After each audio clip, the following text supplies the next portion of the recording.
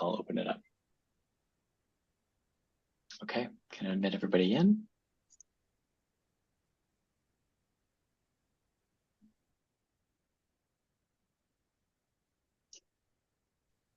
Good evening, everyone.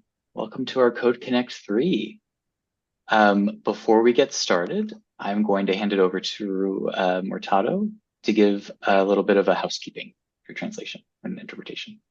Thank you, Max. Yes, my name is Murtado, and I will be providing interpretation from English to Spanish and Spanish to English. If or should there be comments in Spanish, you may listen to these comments or questions in English. And you do this by going to the bottom of the screen where there's a little globe and selecting English. Or if you don't see the globe at the bottom of the screen, it's because it's in More. Click on More and select interpretation and then put English. This way, you will be able to hear everything that is being said in Spanish in English. I will also post these instructions in the chat for those of you who prefer that in writing. I'm going to go ahead and say this in Spanish for anyone who joins the meeting that would like to participate in Spanish. Muy buenas tardes y bienvenidos a Code Connect 3. Tienen la oportunidad de escuchar toda esta llamada, todos los comentarios en español. Esto lo hacen yendo a la parte inferior de la pantalla y eligiendo español. Hay un globito que les permite seleccionar español. Si no encuentran el globito, vayan a los 3 puntos y seleccionen español dentro de la opción de interpretación. Bueno, si tienen cualquier pregunta, la pueden poner en el chat. Okay, Max, I'll send it back to you. We are ready to start the interpretation. Wonderful. Thank you so much, Murtado. Before we get started, I would like to have Bo give us a little introduction before we start tonight. Sure. Thanks, Max. I'm Bo Dobrinsky with the Durham City County Planning Department. Myself and Robin Schultz are on this Zoom representing the department. I want to thank all of you for your participation. This is the third Code Connect that our consultant Code Studio is putting on for us. It's actually pretty exciting Code Connect because it's sort of the unveiling of the new zoning districts that are being proposed. I will I'll be here for any sort of questions towards the end, as well as Robin. But I'd like to just introduce, we got both Max Pastor and Colin Scarf with Code Studio, and I'll let them kick off and proceed with their presentation. Thanks, everyone. Fantastic. Thanks so much, Bo. As Bo mentioned, my name is Max Pastori, and I am the project manager for this effort. I'm with Code Studio. We're the zoning specialists working on this project for you. So we're excited to join you for a third time for our third Code Connect. And just to set the ground rules and things like that, as a friendly reminder, if you have any questions about this project, where we've started, where we're going, or have any questions you want to ask us directly, maybe not via this chat, but directly via email, please do so by going to engagedurham.com/new UDO or reaching out to us at this email. With that, Murtado had a chance to introduce the interpretation element for this Code Connect, and hopefully folks who would like to listen in Spanish have been able to do so. So just again, another warm welcome to everyone. This is our third Code Connect, and the meeting organization of this is pretty much the same for folks who have attended our previous two. So it's a presentation followed by a Q&A. We will be asking folks to hold their questions until the end, where we facilitate a nice discussion together. And just a friendly reminder, we are using Zoom tonight. The meeting is being recorded and will be posted publicly to the Durham or to the project website that I pointed to previously. And of course, be mindful and courteous of posting in the chat, and also just please mute yourself unless we call on you to speak during the Q&A. Thank you in advance. So again, any questions or comments that you might have during this Code Connect, please do not hesitate to let us know within the chat. We will be answering those questions in the orders in which they're received. Again, please remain muted until it's your turn to ask a question. After we get through those main questions, that all come through in the order in which they are received, feel free to raise your hand again to ask other questions if you'd like to, and we can have you unmute yourself and you can ask those questions. But again, depending on how much questions we get, please start off, I guess, from the get-go with just limiting one question per person at first. And if we find that we've got some more free time at the end, we would love for you to ask some follow-up questions too. So just as a really high-level recap of things that we talked about during our previous Code Connects is just our project goals, right? So we've got 5 project goals that are really anchoring the production of and drafting of this code as we move forward. The first really is focusing on organization and usability. So making sure that the UDO is clearer and easier to use and simplify approval processes for development. It's a really big piece for us. In terms of housing choice and affordability, we want to make sure that we're allowing for more housing types just generally across Durham. And we really want to encourage the creation of more affordable housing. That's really critical to this effort. In terms of our built environment category for project goal, we really want to promote transit-oriented development and pedestrian-friendly development patterns while still preserving Durham's wonderful character, of course. And for recreation and open space, we want to make sure that we're actively trying to increase or make it possible to increase open space and tree coverage and promote sustainable development in the process. And last but not least, we want to make sure that we're implementing the comp plan that was approved and adopted, and make sure that really we're tying together our new zoning districts and their intents to that. And that's actually something that we'll be speaking a great deal about today.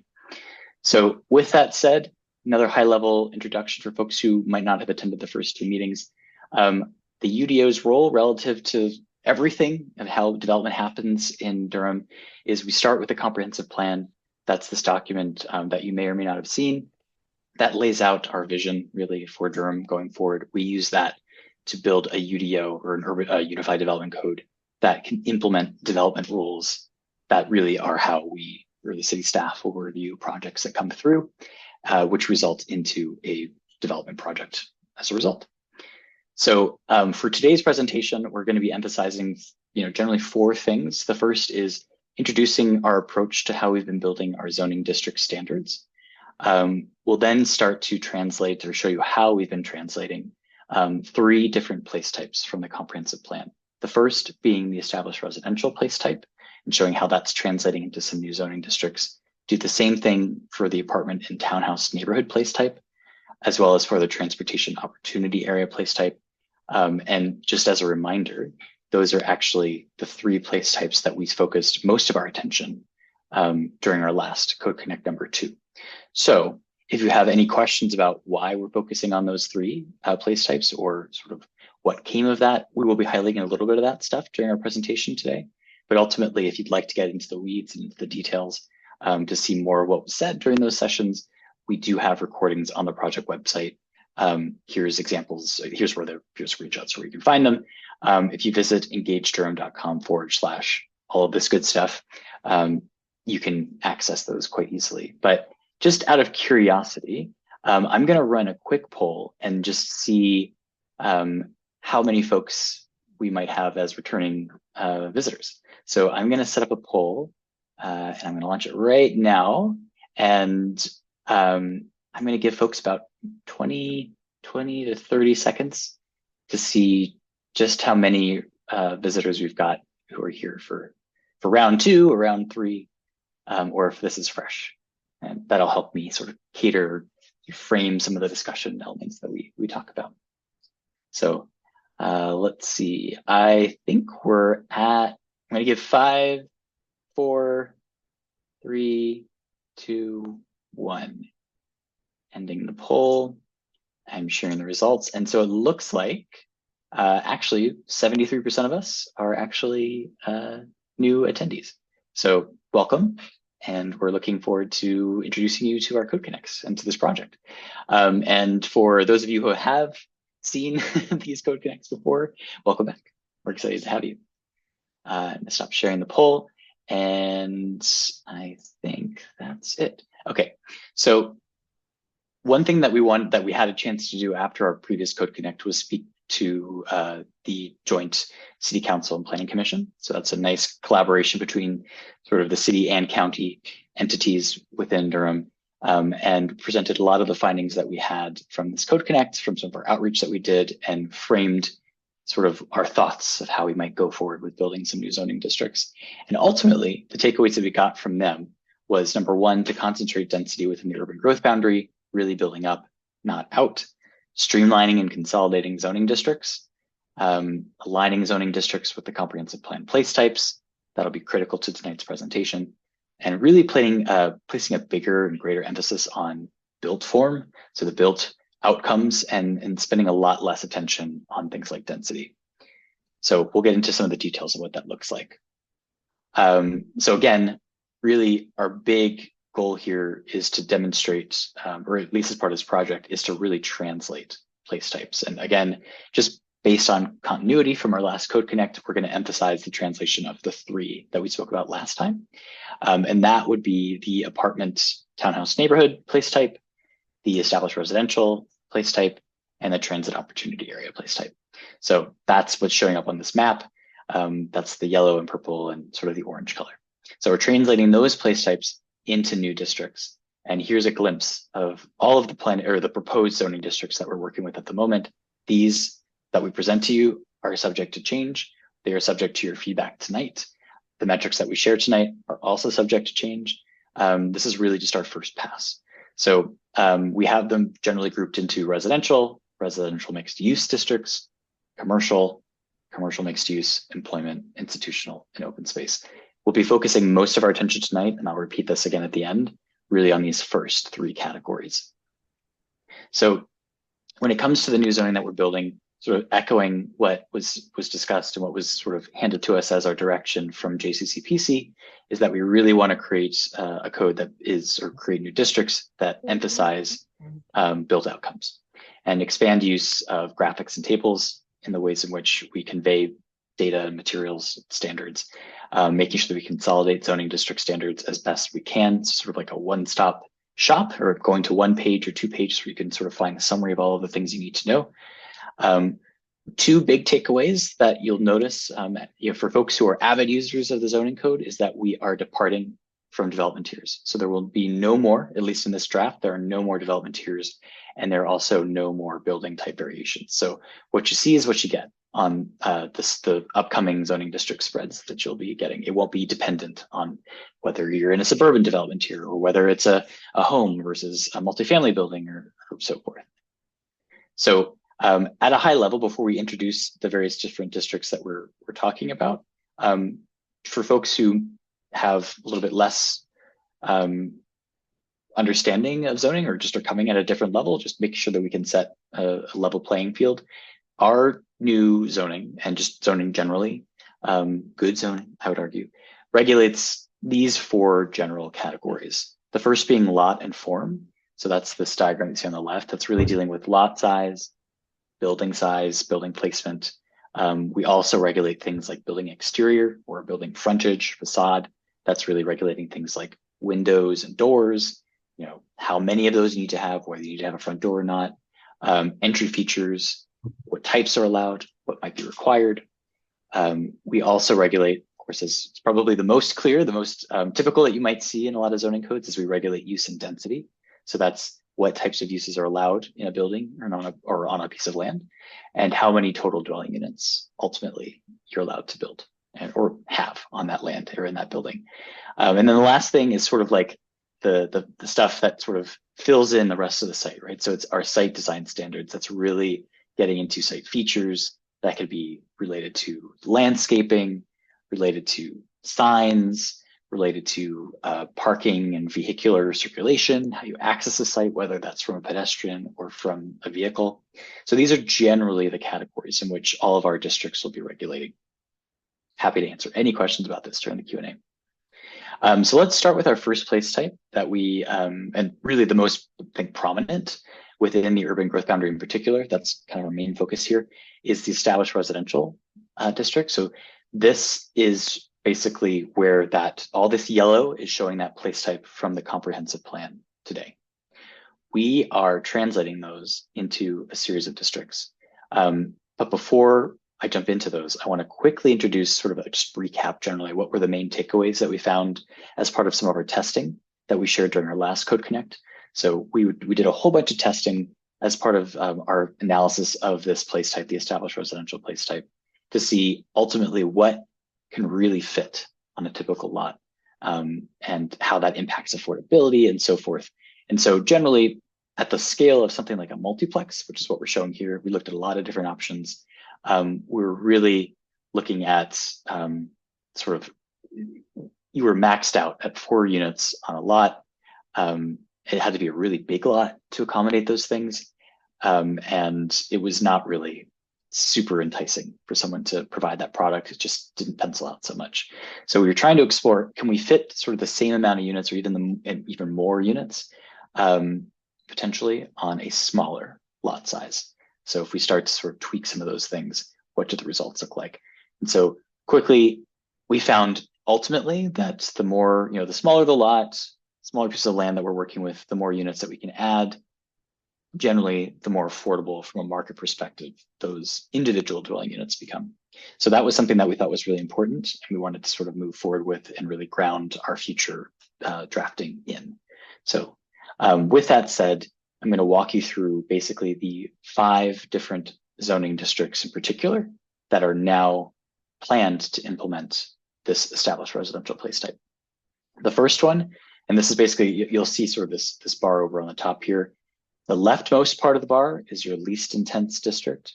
The rightmost part of your bar is the most intense in terms of what you can do with your piece of land. So that being said, makes sense that the first one on the left is called residential preserve, or what we're calling RA. This is really like almost a verbatim translation into your current RR zoning district. And this, what we really mean by this is like, this is a single unit home on a very large lot dedicated to agricultural or some sort of natural land preservation use. So really the minimum size for this would be something like 3 acres. So anything smaller that you couldn't build anything, you couldn't add a unit on something that's, or a 1 unit home on something that's smaller than 3 acres. And so some of these dimensions that we're including will be showing up in tables, and these will be things that you'll see next month when we come speak to you again. But ultimately, really wide minimum lot width. So we're talking about 200 feet at the moment. Density, no more than 1 unit or no more than 1 household per lot. Can really only cover that lot, or the building can only take up about 10% of that lot.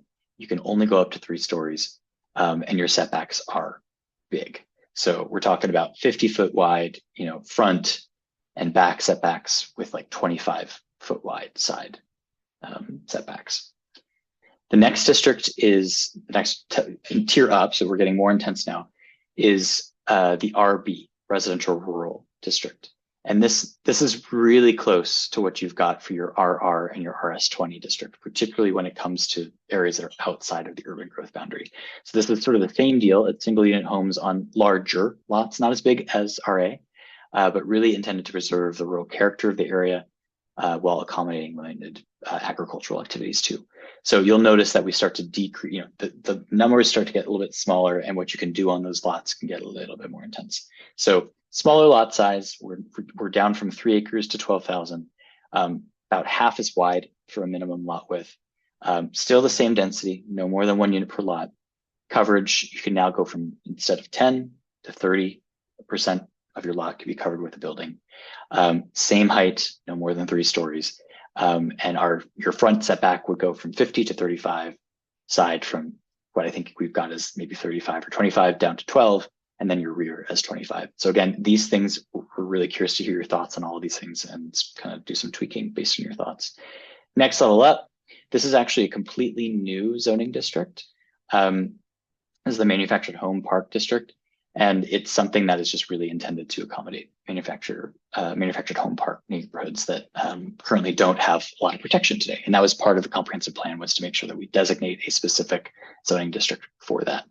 And these key metrics are really kind of loose, but really are intended to implement and make sure that those places can maintain in place or stay in place. The next tier up is really a lot of the established residential that you'll be seeing within the urban growth boundary. So these are replacing a lot of zoning districts just based on how the mapping is working. And it is low intensity housing on smaller lots, including single unit homes, duplexes, triplexes, fourplexes, multiplexes, and critically important here, in a walkable setting. So that is really guiding a lot of what we're thinking about how we build these units or how we build out these districts. And we allow for a little bit more flexibility here. I'm not going to get into the details because it's a little complicated. But basically, we have a base, which is effectively, what you would see on the ground today in most of these districts. Compact sort of moves you into a more tight option that allows you to be a bit more creative and flexible, getting things like, missing middle housing options, for example. And then affordable, which we're still in the process of trying to calibrate with some of our other team members, would allow for a little bit more. Basically, you could see that the coverage allowed for these starts to get bigger and bigger and bigger to really allow for compact, and then of course, allow for affordable units to fit on these. And then the last district that is implemented as part of established residential is RX3. And this is really the first, this is basically introducing some sort of small, very limited, no more than 3,000 square feet of ground floor commercial space, really.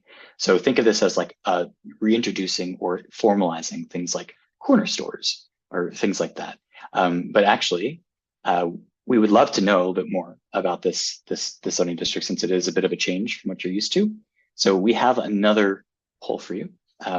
So get ready. But ultimately, we have a list of different districts or different types of potential uses that could theoretically show up in the ground floor of one of these RX3 districts. So in a building like this, what would happen on the ground floor? We would love to get your thoughts. So I'm going to set a poll and introduce basically 8 different examples of things that could potentially happen on the ground floor. We'd love to get your thoughts on them. So launching that now, I'm going to give you a little bit more time, maybe hopefully 20 to 30 seconds is enough. But ultimately, we want to see if folks will be open to seeing things like outdoor dining in this, outside of a ground floor use. Or are we okay with seeing pubs and bars in these types of places? Would be okay with seeing daycares, sports facilities, things like gyms, artisanal makers, right? So tailors, maybe potters, for example, things that are more making things with your hands, I suppose. Beauty and wellness stuff. So salons, spas, that sort of thing. Convenience stores, somewhere where you could actually buy a gallon of milk. You might not have to walk, or might have to get in your car. You can now walk down to the corner to pick up a gallon of milk or a carton of eggs or something. Or things like, of course, cafes and restaurants. So it looks like with that, we're still waiting on some folks to respond. So I'll give folks a few more minutes. A few more seconds. I'm going to do a countdown. I'm going to give folks maybe like 10 more seconds. I know it's a lot to process in a short amount of time. So, but I can see on my end the results, and I can say that they're quite helpful. It's quite cool. So I think we're nearly there, and I'm going to close the poll and share the results. So from what I'm seeing, it looks like we're actually pretty evenly distributed, but generally the folks, or the biggest favorites, seem to be things like cafes and restaurants and outdoor dining. So I guess second runner up would be a tier of like convenience stores, artisanal makers, and daycares. And maybe bars go in there too, but then sports facilities and beauty and wellness. Still, I would say relatively popular. Nothing is below 50% here, but that's sort of like 2 or 3 on the list. So this is really, really helpful, and getting me very excited about what we can think about. So I'm going to stop sharing that poll, and I guess I didn't share the results, but those are the results. And I'm going to stop sharing. And okay, next slide. So going to try to go a little bit quicker through the rest of these. Established residential was really the bulk of the presentation tonight, and asking you that poll was really the bulk of it. But the next place type that we're going to be talking about is apartment and townhouse. This is really the next tier up in terms of intensity. It is what you see basically within this orange on the map.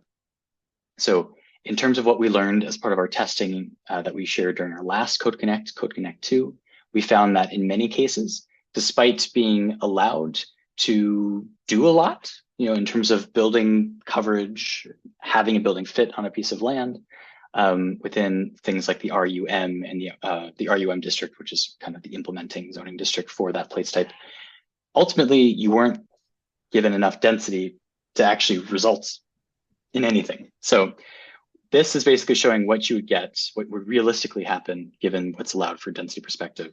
And then if we removed density as a factor, what could you get? So we're going from something like, let's say, I think we've got 12 dwelling units per acre here up to 104 dwelling units per acre. So that can make a real heavy dent in terms of trying to provide some more market rate and affordable housing options. So there are 3 districts that implement that. One will be familiar to you, it's that RX3. Basically, the difference between that RX5 and RX8 is purely height and really building width. So basically, in terms of what we're talking about from a base perspective, the RX3 that we showed you, you can't go beyond 3 stories. RX5 can't go beyond 5. RX8 can't go beyond 8. And then it starts to go up and up and up again as you do something that's more compact. And then again, if you do something that's more affordable. At the moment, we're actually suggesting that you could potentially go to unlimited. But again, we're still calibrating what's possible and what would work from a market perspective for affordable. And so we'd love to hear your thoughts. But that is really ultimately what is being implemented here. So low to medium and high intensity housing with limited ground floor commercial uses in a walkable setting. The last place type is the one that we were looking at from last Code Connect, and the one that we'll be presenting tonight is the transit opportunity area place type. So that's all the stuff in purple. When we did our testing, we sort of came up with a lot of the same conclusions as what we found within that apartment townhome place type. So ultimately, density was a real limiting factor here. So while the district actually, on the ground today, the CD or CDC district gives you a lot of height and gives you a lot of space to work with, ultimately, folks probably wouldn't realize it because you couldn't get enough units in there based on what's limited from a density perspective. So these are some of the metrics of what we were testing. So, basically we're going from generally 4 stories up to what that district would allow, which is 12. And you can see a substantial increase of how many dwelling units you could add. So that'd be a real nice dent in trying to build more affordable housing. And again, sort of similar to how we laid out the districts for the last set, we are calling these CX3, CX5, and CX8. You'll notice that they're the same increments as what we showed before, which was our X3, our X5, and our X8. This really means that the C part means that the emphasis here is on commercial uses. Doesn't mean you can't have residential, but it's really meant to also accommodate things like office space or other types of non-residential commercial uses above the ground floor. So that's really the difference here. And currently, the comparable zoning today are a lot of them. So it'd be something, sometimes it incorporates RS5 or RSM, RUM, RC, DD, CD, etc. But these are low to medium and high in density mixed use buildings with flexible upper story uses, but also in a walkable setting. So anything really within the urban growth boundary, I would like to repeat. You'll notice in some of our intent statements that they are really emphasizing a walkable setting. That's going to be a big priority for stuff that's inside the urban growth boundary. And you'll notice that there are some consistent sort of breakdowns in how we've been thinking about metrics here. Again, won't get into the details yet, but really sort of the same thought, right? You can't go higher for CX3, no more than 3 stories at your base, no more than 5 at your base for CX5, and no more than 8 stories for CX8. So that is really, that's everything. That's everything that we were planning on talking to you about today. These are out of the total that we have built so far, we only covered these ones. So, and that doesn't even include RX20. That's really just these districts shown right here. So we're really looking forward to having some more time to be able to talk to you all about some of those other districts in our next engagement opportunity.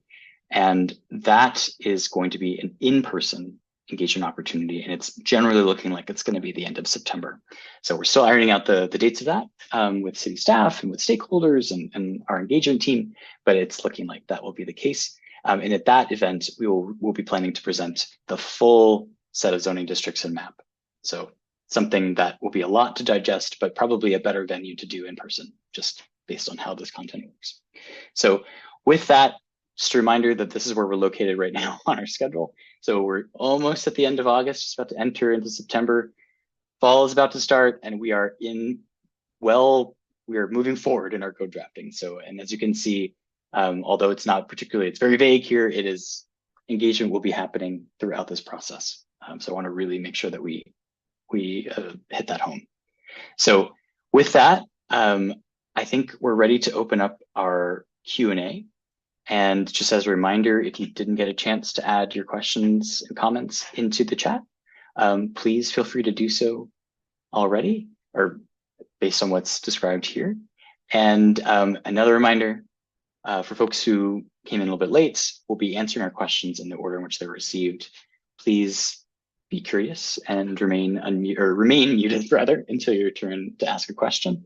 Once we get through all of those questions, and that's something that Robin is going to help us with, feel free to raise your hand if you have other follow-up questions, and we'll start with just one question per person to start with, and then we can open it up if we've got more time. But we will have a hard stop at 7 p.m. So just before we get started and all that, or I guess maybe what I'll do is leave this slide open as we start our Q&A. Just a reminder, this is our project website, engagedurham.com/new UDO. You will find the recordings from tonight as in English and in Spanish, as well as the previous Code Connect recordings on this website. And if you have any questions that you don't get a chance to ask us tonight or don't feel comfortable asking us via chat or via this forum, do not hesitate to reach out to us via this email address. Okay, I think with that, Robin, how are we looking on questions and comments? We have 4 so far. So I'm going to read them out loud, and then that way anyone who's just listening doesn't have to read them in the chat as well. So the first one is, will we have access to either this recording or the slides from the presentation, which you will. Both the slides and the presentation will be posted on the website within the next few days as we compile all of those recordings and all of that sort of fun stuff. The next question, and this is from John G., and I think that this was about the RD zoning district. The question is the plan for RS10/8 setbacks to reduce as they are transitioned to R/R-D? Currently, for example, in RS10, there's a 10-foot minimum side yard and a 24-foot total side yard. So I think generally what we're allowing for in this area is probably more shallow setbacks than what you're typically used to in a lot of these districts. A lot of this, though, keep in mind, will have a lot to do with the way that we're pairing these things together. We haven't even gotten into the ways in which we'll be introducing different types of transitions. And in most cases, if not in all cases, from at least the current mapping that we've been thinking about, is that if the concern is related to height, you're probably not going to see much variation. So most of our D will be next to something else that is either the same height or lower or slightly taller. So that's generally the way it's playing out. But again, the real goal here in terms of particularly with that front setback is to bring things a little bit closer to the street so that we can sort of engage folks, particularly pedestrians, and have more of an active streetscape where you have more eyes on the street and that sort of thing. Hopefully that answers that question. Also open to, Colin, if you have any other comments you want to add.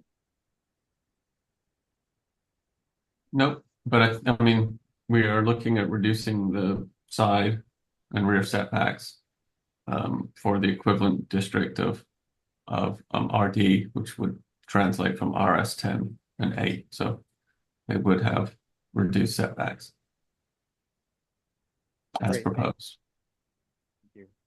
So moving into our next question, this one's from Helena Craig, and this was about the RX3 poll. And so her question was, not clear to me why this would need to be prescriptive. Why not home office usage flexibility? She then said, specifically thinking things like a neighborhood-based attorney, architect, or other professional service co-working. And so I might let Helena come off mute, but I think the general question is, why so much thought into the use in the RX3? Did you want to speak, Helena, or we're happy to No, follow? that was basically my thought. Like, why did you hone in on those versus leave it a little bit more expansive?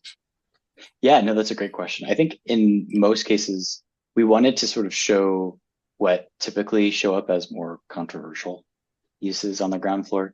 So, I mean, I think, yeah, to your point, I don't see why we would necessarily, bar someone like, have home office uses, things like that. A lot of those things can actually happen through like a home-based business approach. So there are other pathways for that sort of thing, but co-working, I mean, I don't see why that would be a problem either. We were trying to mostly show things that could be loud. And that's typically what folks get sort of uncomfortable with. But yeah, we're open to other additions too. If there are a list of items or types of uses that you'd also like to see or have it be more flexible, please let us know. I'm happy to do it. Or at least take a look. All right. So next up, we have Dave Olverson, who says that he's worried about townhouses.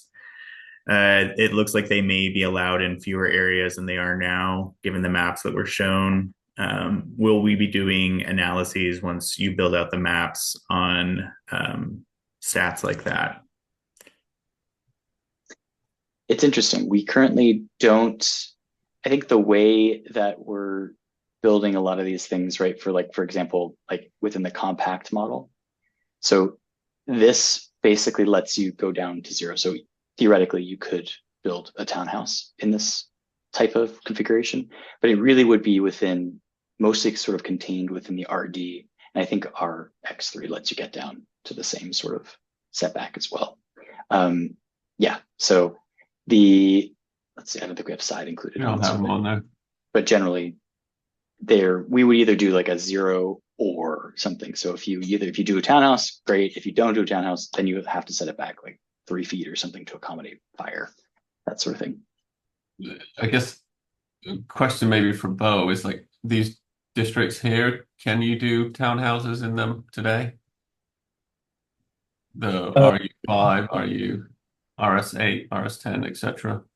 There's some limited situations where you can in RU5 or RU5 too. So we'd have to do streets, is that right? Yeah, we'd have to do a full comparison to see if it's actually less or if it's more. Because Max, I think your clarification might actually make it that it's similar amount of area, but that's really part of the conversation we'd like to have. Well, and maybe we need to think through a scenario that under the base on certain streets, we still want to allow that ability to do townhouses like you can do today in RE5 without having to jump into the compact option.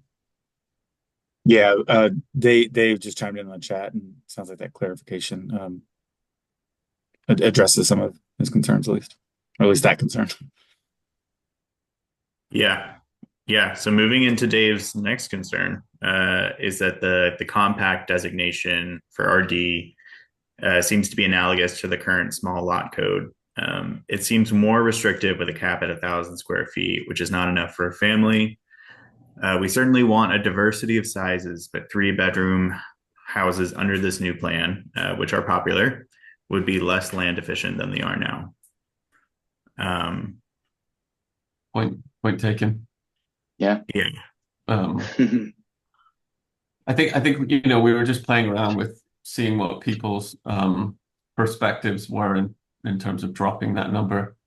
Because when we played around with the pro forma sheets that Max was referencing earlier, if you drop the unit size, it impacts the cost, the overall cost of the building when you're done. So, but maybe 1,000 square feet is a little bit too small if we want to get 3 bedrooms.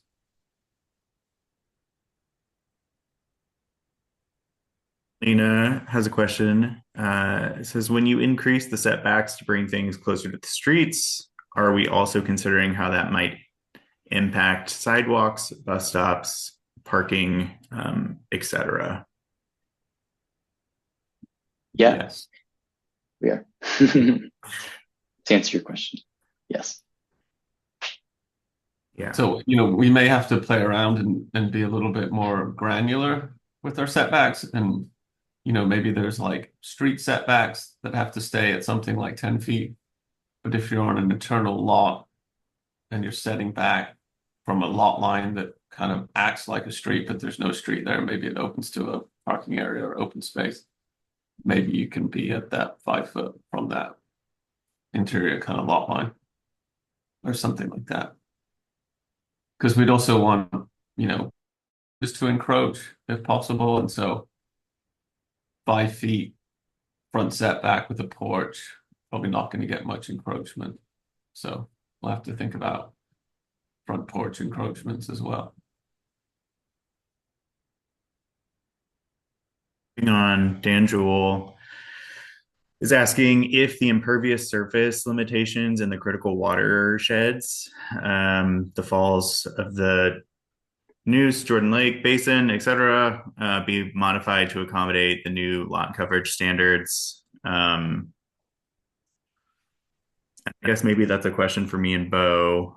I would imagine that would not be changing. I don't Yeah. think. Go ahead. Yeah, sorry, Rob. Those won't be changing. We have begun some conversations with uh, stormwater staff with Public Works, as they currently have some exceptions. And Dan's probably aware of this, with the former suburban transit areas. This is from many years ago, where they've got some exceptions in the code. We'll probably talk to them about the ability to coordinate their exceptions in their code along with the standards in this district, but that's not that's very early stages, and none of that would be in conflict with any of the current watershed regulations overall. All right. Next question is from Randall. It looks like there are a few questions in this, so I'm going to break these out. The first question is, are ADUs allowed in all zones, including RA and RB? We haven't gotten to that point just yet in terms of accessory dwelling unit development standards. I believe they're allowed in the RR right now, but I mean, that's something that we're open to hearing what you all think. But yeah, so that's as far as these district standards go, ADUs are not yet included in terms of, or the standards for ADUs are not yet included. And Max, you can correct me if I'm misspeaking. Yeah, so I think what we're trying to do, and we can take a variety of approaches here, is generally specifically when we get into like the RD stuff, making it so that we just treat an accessory dwelling unit as just another unit. Yeah, we need to make sure, I guess, Max, that if you're in the RD base 5,000 Yes. square foot lot, do you get an ADU? Yes, I think so. I would imagine so as well. So we need to make that clear, and then I guess we would have to understand exactly today if ADUs are allowed in RA and RB. I don't think we would want to prevent them if they're allowed today. And if they're not allowed today, I guess we would be interested in people's perspective in allowing them in the future. I don't know if it's the right time for me to jump in on that, but I think it's safe for me to speak. Yeah. For a variety of folks in the area that having the option to do an ADU even on even a small farm makes a lot of sense. Yeah. So moving into Randall's next question, Max, maybe can you go to the RA slide? Sure. So several zones have 3 brackets. Actually, maybe this is not an RA. This is like an RD, excuse me. So several zones have 3 brackets. How do we know which bracket and rules apply? You're thinking of the RD, I imagine, where the 3 brackets here. Yeah, and so basically, to speak to this a little bit more, it's basically like this is the base zoning district. If you choose, this is what is allowed. If you want to do a typical 1 lot or 1 unit on 1 lot, typical single family style home. If you want to jump into compact, which is really sort of closer aligned with how the EHC standards work today, basically this is sort of giving you a similar set of options to sort of opt into that more compact model. So in exchange for having smaller lots, you have unit size maximums, right? So, but you get a little bit more coverage and you have a little bit more shallow setback. So it sort of plays and tweaks things around a little bit more. And then basically this 3rd tier, you can really only tap into this if you're providing some sort of affordable housing. We have not defined whether that means the entire building needs to be affordable or if the extra piece needs to be affordable. We're still calibrating that stuff. Yeah. But ultimately, it's sort of like you have 2 different paths, or 3 different paths rather, you can take with this type of district. And hopefully that we'd have to figure out like what AMI affordability you would need to do in order to get access to this option. We're still working through those numbers, but I guess as much as anything, we're interested in people's perspectives on this kind of like 3-tiered approach where you get a base entitlement and then you get this, something very similar to the EHC program. And then, if you want to go to something that's more like deed restricted affordable, you get additional units beyond that. I'm sure you've been down this path before, but the path to define affordable housing for sale and for rent and for how long is a treacherous one indeed. Yeah. What I thought I heard on base and compact before you got to the section about making that decision about what's affordable and what isn't, it sounds to me like that's the property owner's choice. Is that accurate? Yes. So, and again, this is just to bring the circle back on the ADUs.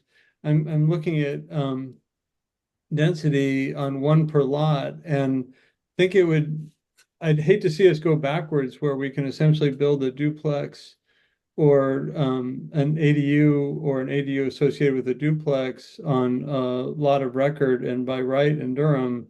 And this looks to me a lot like we're going in the other direction. So that may just be the way it's communicated, but sure would like to know that we're not going backwards on density.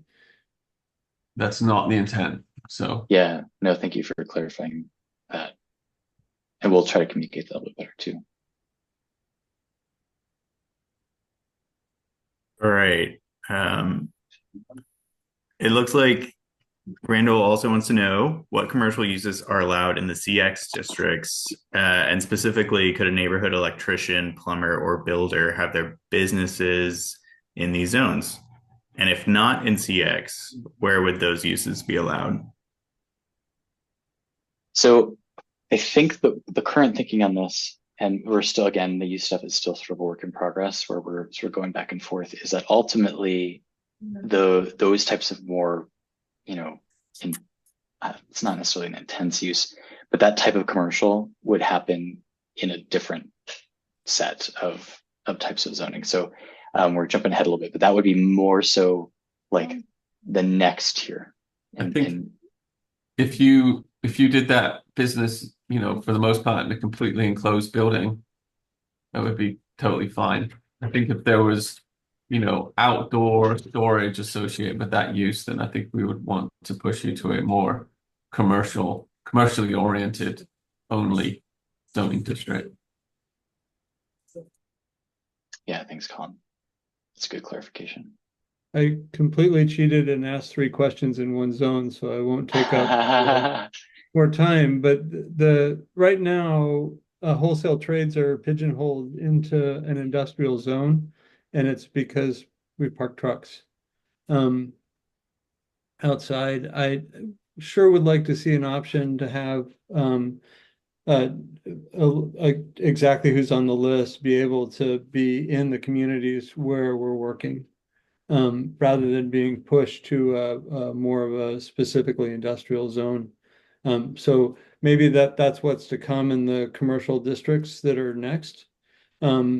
But there's anyway, nothing basically in my view, nothing inherently wrong with having those types of businesses mixed into a community and in relative proximity to residences and other businesses. That's really helpful. No, and we've taken different approaches, frankly, on how to address that sort of thing. And yeah, the more we can understand about how other folks are feeling about that will help us better calibrate this. All right.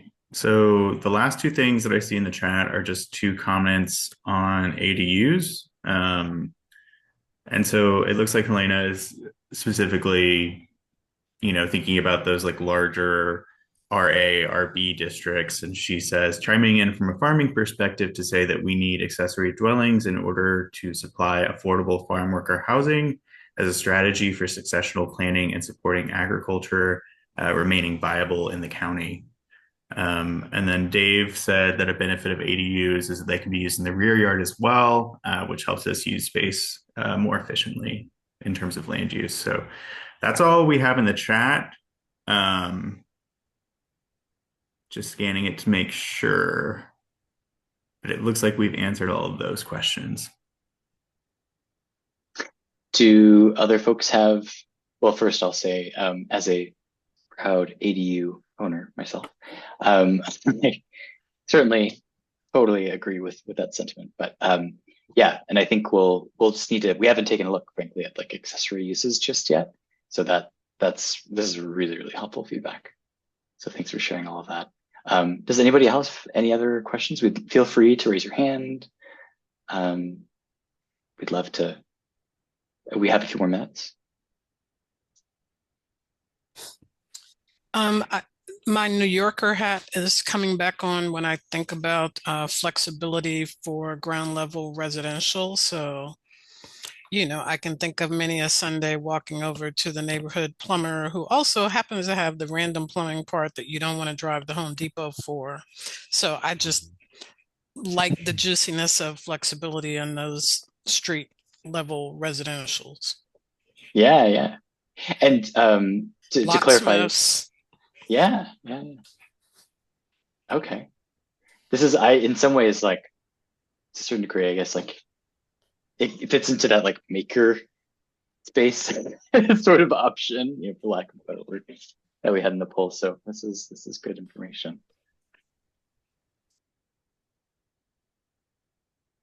And I'm seeing another, go ahead, Robin. It looks like Dan Jewell says, once you have uploaded the presentation to the website, will there be an ability to ask more questions and have those and your responses captured? So maybe I'll take a stab at this one to start. I don't know if we have like a formal Q&A set up for getting feedback afterwards, but there will be quite a few other engagement sessions. You can also definitely email the new UDO email as well for like direct questions. But as far as getting those posted, is that what you're asking? And It is. It is. Thanks, Rob. And I just wanted to make sure that, everything that has been discussed tonight, which has been great. Thanks for the forum.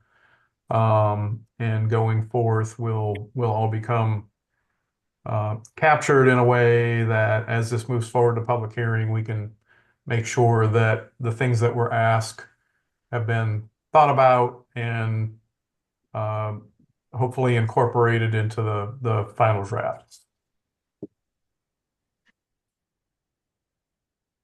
Yeah. Yeah. Yeah, for I mean, sure. maybe we need to think about a mechanism, Robin, Bo, to like try to capture comments from documents that we're posting. Yeah, Yeah. we definitely we've Yeah. set up a new email address to respond to those questions, and obviously we've got an FAQ on the Engage Durham site that we'll constantly be updating. But I mean, I've got no problem with sort of sharing all those responses so everyone has all of the possible questions answered. So let's look into that.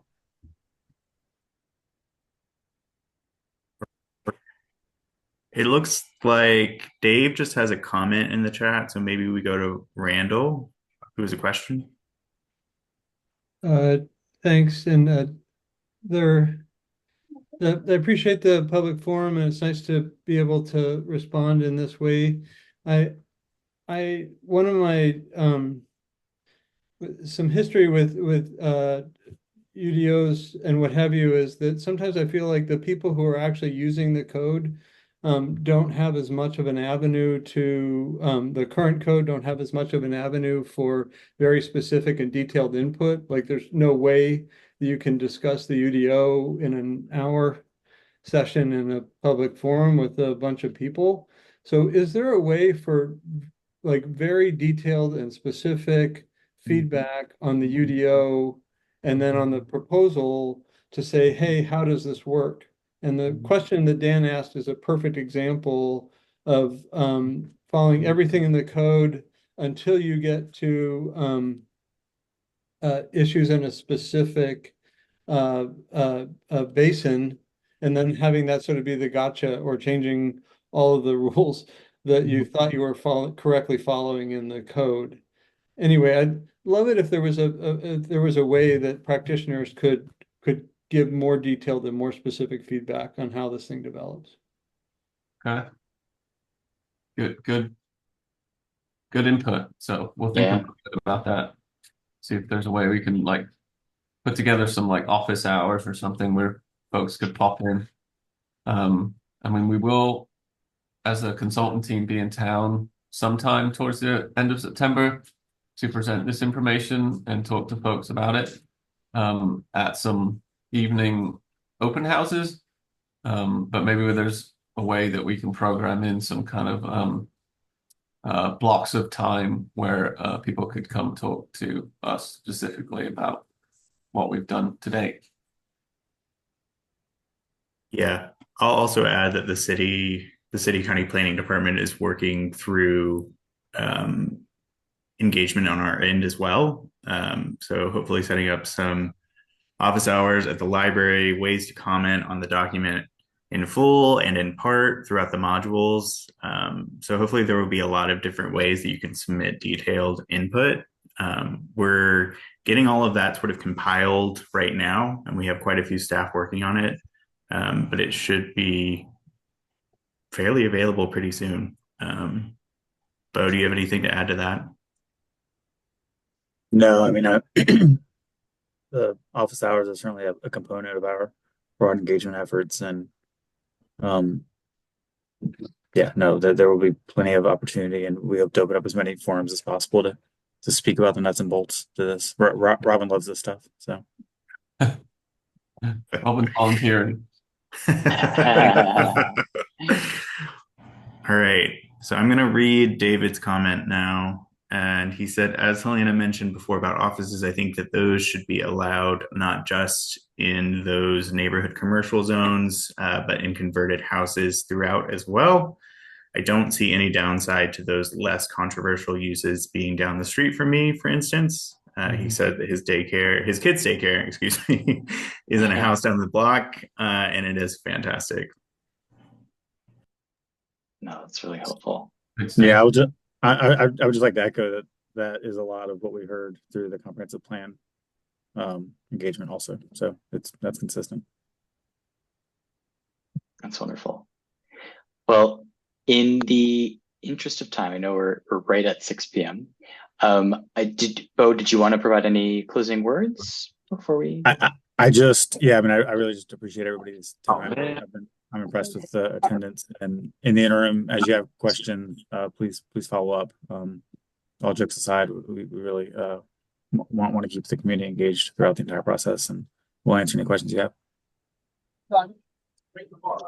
Likewise. Well said, Bo. Thanks everyone again for taking an hour out of your day to learn more about the new UDO. We really appreciate it. And we're looking forward to engaging with you more later in September. In the meantime, we'll see you soon. Take care, everybody.